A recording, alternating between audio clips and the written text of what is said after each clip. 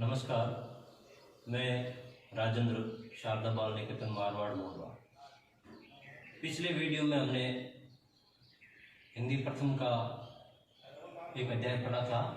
आज के इस वीडियो में हम हिंदी रचना का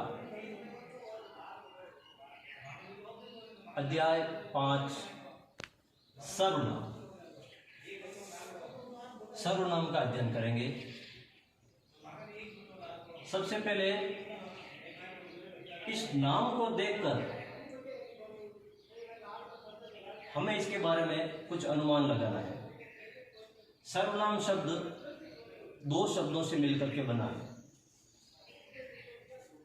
सर्व और नाम। सर्व का अर्थ होता है सभी,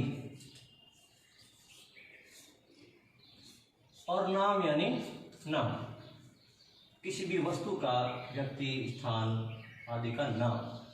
तो सर्वनाम का अर्थ हुआ सभी का नाम, यानी कि सर्वनाम वह शब्द है जिसका प्रयोग हम संज्ञा शब्दों के स्थान पर करते हैं।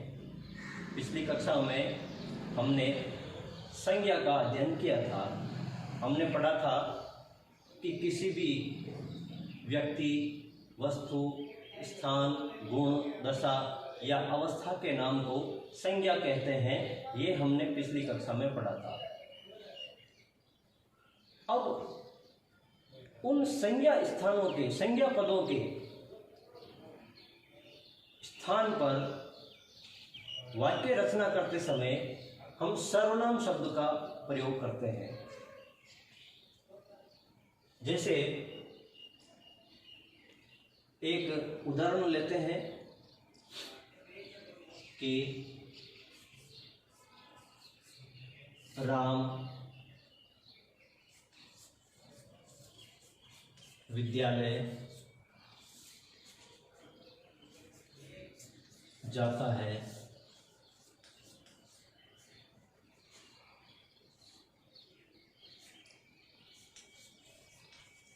विद्यालय में राम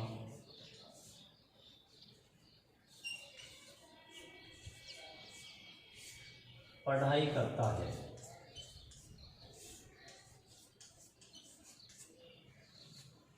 राम विद्यालय जाता है, विद्यालय में राम पढ़ाई करता है।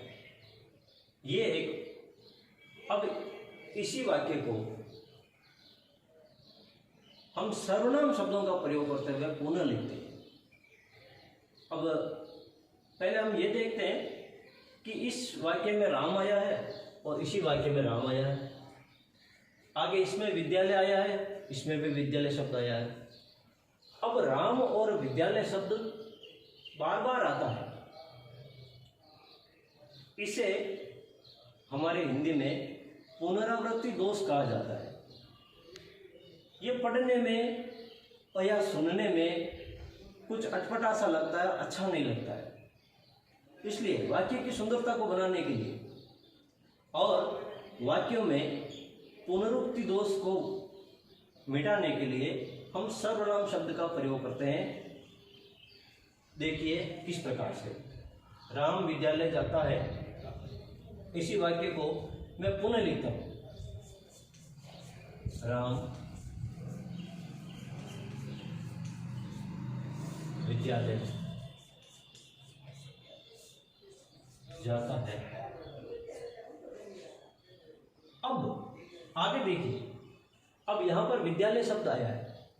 यह विद्यालय और यह विद्यालय दोनों एक ही विद्यालय के लिए प्रयुक्त हुए हैं।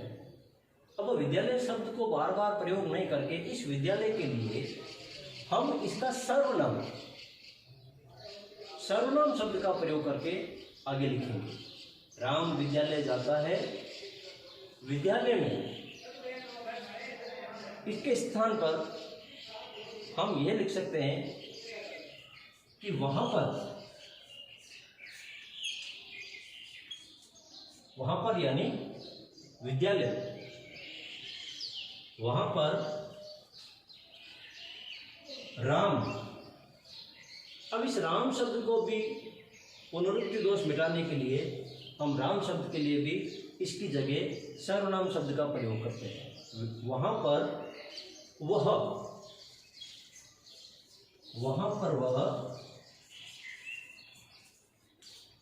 पढ़ाई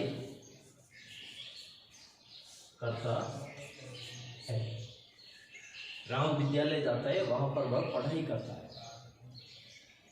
सर्वनाम शब्दों को इसके माध्यम से आप देख रहे हैं, मोहन एक अच्छा स्वयंसेवक है। आप ध्यान दें, रेखांकित शब्दों की ओर ध्यान दें। मोहन एक अच्छा स्वयंसेवक है, वह प्रतिदिन शाखा जाता है। अब ध्यान दीजिए, मोहन और वह का क्या संबंध है। हम देखते हैं कि मोहन एक अच्छा स्वयंसेवक है, वह कौन? मोहन। यहाँ पर वह शब्द मोहन के लिए आया है, तो मोहन एक संज्ञा है। इस संज्ञा शब्द के स्थान पर हमने मोहन का नाम नहीं लिख करके वह सर्वनाम शब्द का प्रयोग किया। वह यानी कि मोहन, वह प्रतिदिन शाखा जाता है, वहाँ। अब यहाँ पर भी इन दोनों का संबंध हम देख सकते हैं। शाखा वहाँ, वह प्रतिदिन शाखा जाता है, वहाँ। वहाँ कहाँ? शाखा में।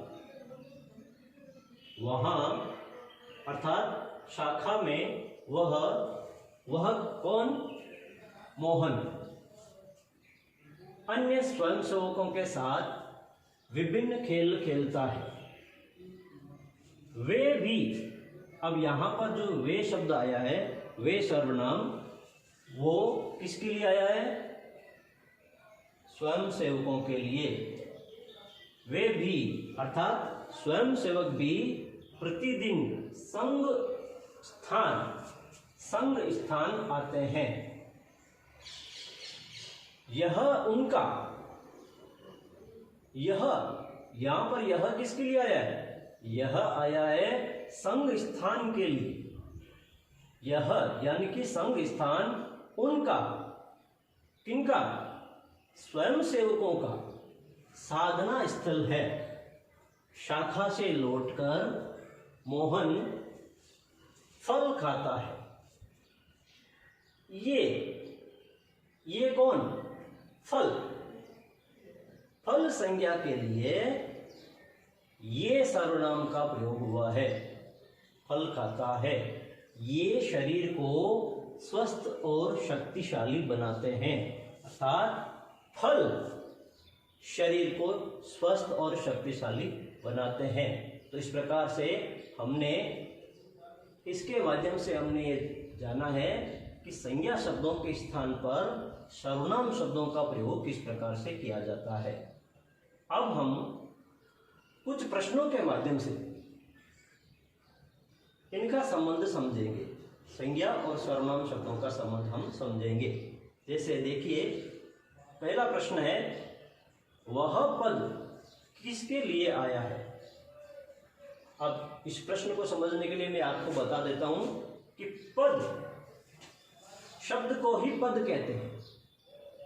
शब्द जब वाक्य में प्रयोग कर दिया जाता है तो उसे पद बोला जाता है, और स्वतंत्र शब्द अगर लिखा जाता है तो उसको शब्द लिखा जाता है।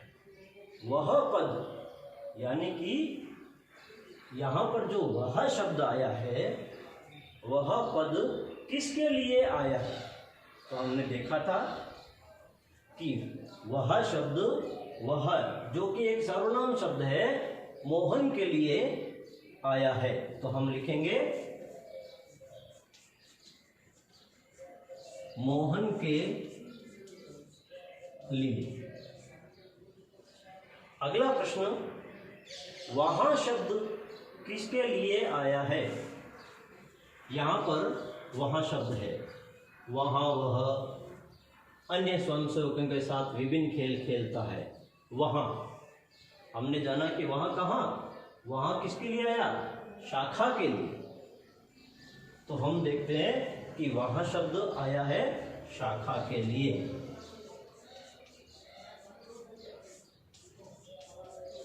शाखा के लिए। प्रश्न 3, वे शब्द किसके लिए आया है? यहाँ पर इस वे की बात हो रही है। ये वे शब्द किसके स्थान पर प्रयुक्त हुआ है, यानी कि कौन सी संज्ञा के लिए ये सर्वनाम प्रयुक्त हुआ है, वे। तो इससे जानने के लिए इससे पहले का वाक्य हमें पढ़ना पड़ेगा। वहां वह अन्य स्वयंसेवकों के साथ विभिन्न खेल खेलता है, वे भी प्रतिदिन संग स्थान आते हैं।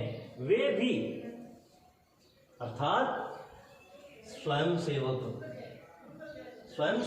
भी प्रतिदिन संग स्थान आते हैं।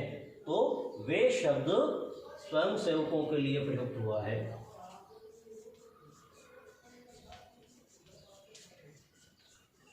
स्वयंसेवकों के लिए। अगला प्रश्न, यह शब्द किसके लिए आया है? यहां पर हम देखते हैं यह उनका साधना स्थल है। कौन सा है साधना स्थल? इससे पहले का वाक्य है संग स्थान। वे भी प्रतिदिन संग स्थान आते हैं। यह अर्थात संग स्थान उनका साधना स्थल है। इसलिए यह शब्द किसके लिए आया है? संग स्थान के लिए। तो हम लिखेंगे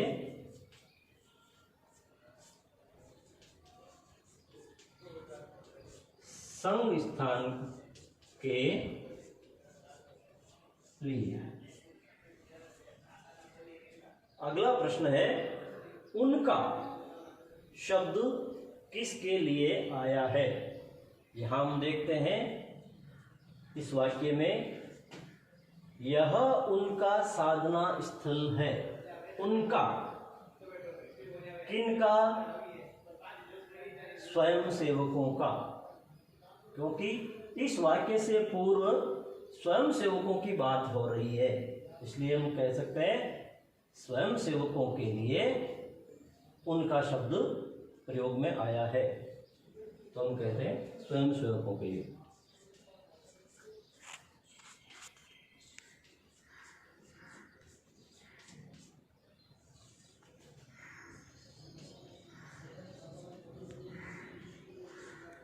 तो इस प्रकार से हमने इन 5 प्रश्नों के उत्तर दिए और संज्ञा शब्दों के स्थान पर, मोहन के स्थान पर, स्वयंसेवकों के स्थान पर वह, वहाँ, वे, यह, उनका शब्द प्रयोग किए गए।